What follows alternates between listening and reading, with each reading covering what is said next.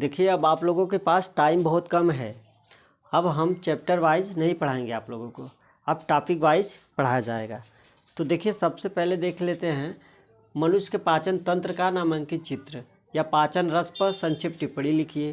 पित्त रस क्या है, यह कहाँ स्रावित होता है, भोजन के पाचन में लार की क्या भूमिका है।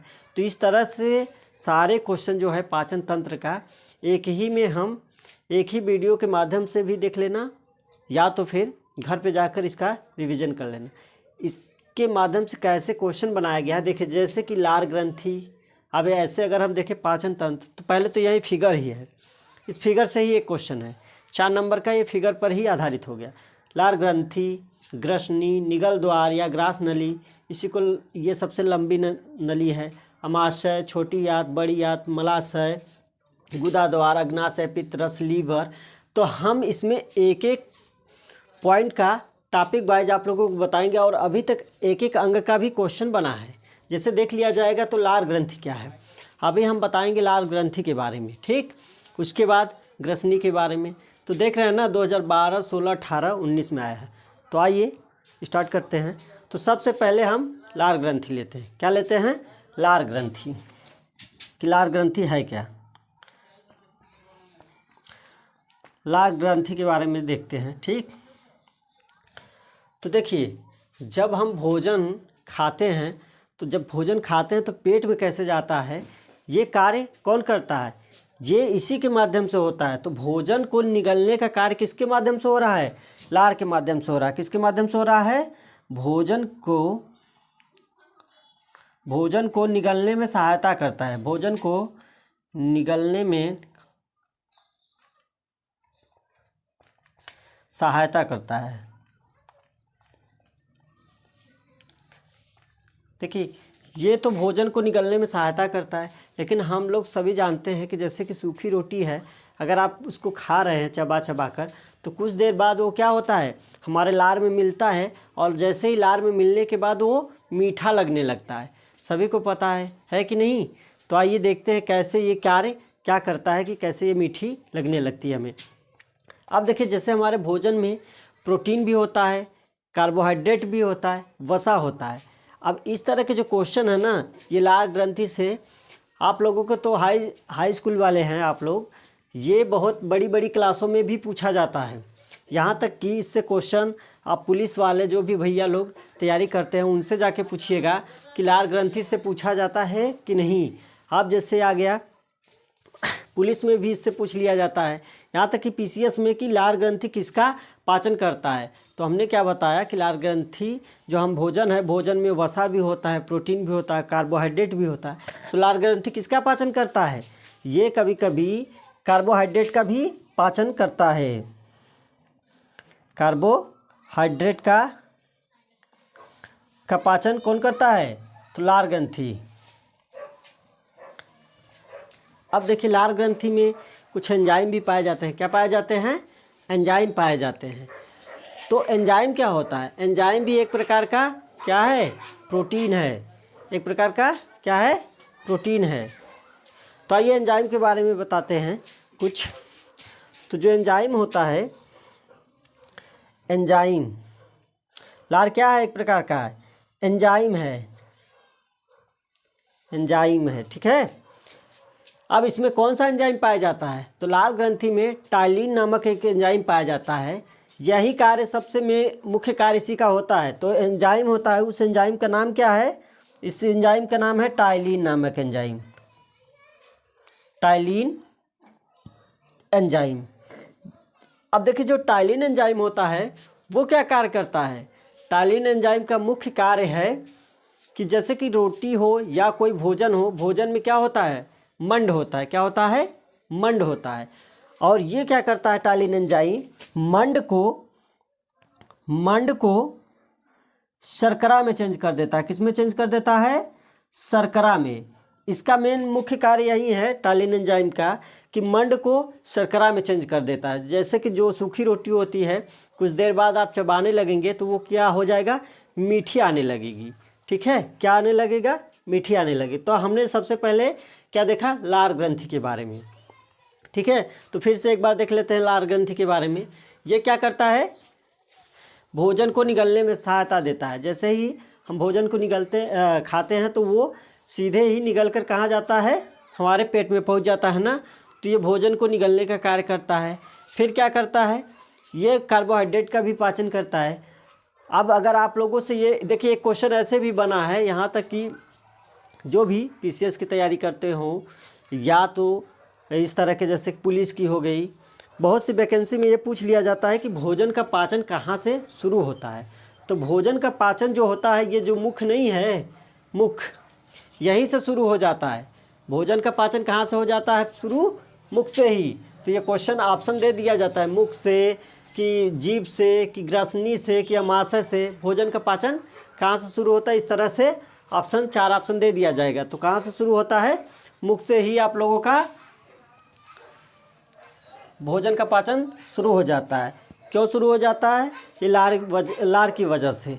तो हमने देखा ये कार्बोहाइड्रेट का भी पाचन करता है, एंजाइम का भी पाचन करता है। ठीक है, आइए अब आते हैं, देखिए लार ग्रंथि के बाद क्या आ गया, ग्रसनी आ गया। क्या आ गया, ग्रसनी। तो ये ग्रसनी क्या होता है पहले ये जानेंगे।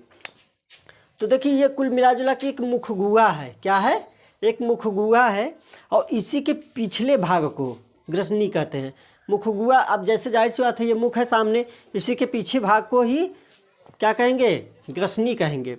और जैसे ही भोजन को हम लोग निगलने का कार्य करेंगे, और यहाँ पर एक श्वास नली भी होती है, इसी के साथ साथ एक श्वास नली होती है। ठीक है, श्वास नली में क्या होता है कि जैसे भोजन खाते हैं तो श्वास नली की एक ऊपर परत होती है और वो तुरंत गिर जाती है। जैसे ही भोजन आप निगलेंगे वो श्वास नली अपने आप ढक जाती है। ऐसा नहीं तो कभी कभी क्या होता है कि आपको खांसी आने लगती खाते समय, तो क्या होता है, श्वास नली में ही कुछ जाकर फंस जाता है, इसकी वजह से ऐसा होता है। तो आइए देखते हैं अब ग्रास नली का क्या कार्य है, जिसको हम निगल द्वार करते हैं। तो भोजन हम यहाँ से खाते हैं, सीधा ग्रसनी के माध्यम से वो कहाँ आ जाता है, भोजन सीधे अमाशय में पहुँचता है। ये भी क्वेश्चन पूछा गया है, भोजन खाने के बाद वो तुरंत कहाँ पहुँचता है, तुरंत अमाशय में पहुँचता है। और किसके माध्यम से, निगल द्वार या ग्रसनी के ग्रास नली के माध्यम से।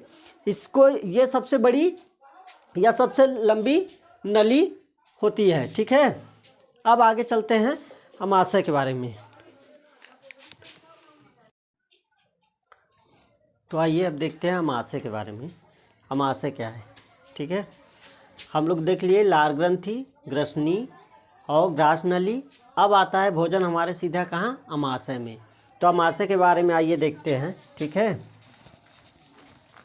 अमाशय क्या होता है, कैसे कार्य करता है, इसमें क्या क्या होते हैं। ये देखिए, आप लोग को अलग से भी क्वेश्चन पूछा जा सकता है कि लार ग्रंथि क्या है, लार ग्रंथि का कार्य क्या है, ग्रसनी का कार्य क्या है, ग्रास नली का कार्य क्या है, अमाशय का कार्य क्या है। तो आइए आगे अमाशय के बारे में चलते हैं। देखिए अमाशय क्या होता है।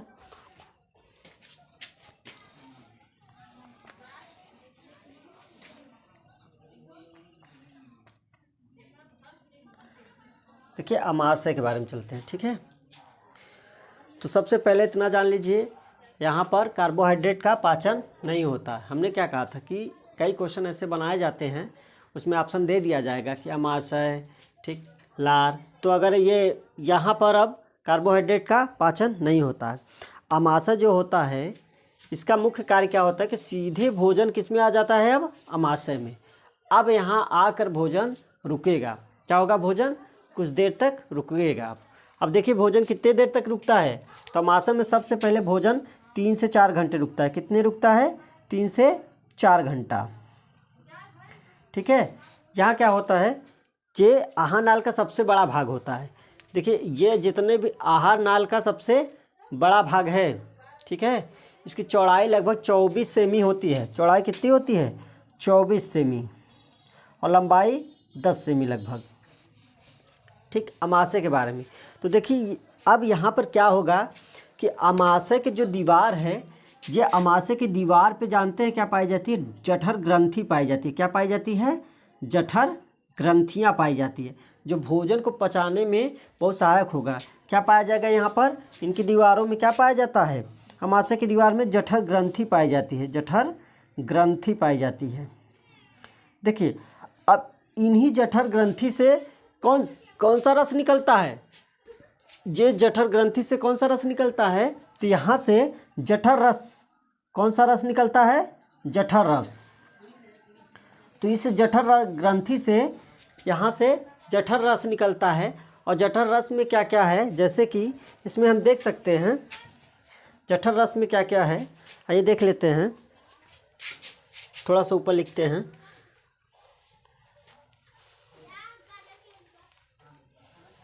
तो जठर रस में ये देखेंगे, रस में क्या क्या इससे निकलते हैं। तो एक तो HCl होता है। क्या होता है? HCl, हाइड्रोक्लोरिक अम्ल होता है। क्या होता है? HCl का फुल फॉर्म हाइड्रोक्लोरिक अम्ल होता है। एक HCl हो गया और रेनिन हो गया और पेप्सिन हो गया। क्या क्या निकल रहा है? ठीक, तो देख रहे हैं जठर रस कहाँ पर पाया जाता है? अमाशय की दीवारों में जठर ग्रंथियाँ होती है, वहीं से कौन सा रस निकलता है? जठर रस निकलता है। और भोजन यहाँ कितने घंटे रुकता है? 3 से 4 घंटे रुकता है। इसका आप देखिए क्या कार्य होता है। ये अलग अलग एंजाइम्स है। ये क्या है? एक तरह से एंजाइम्स है।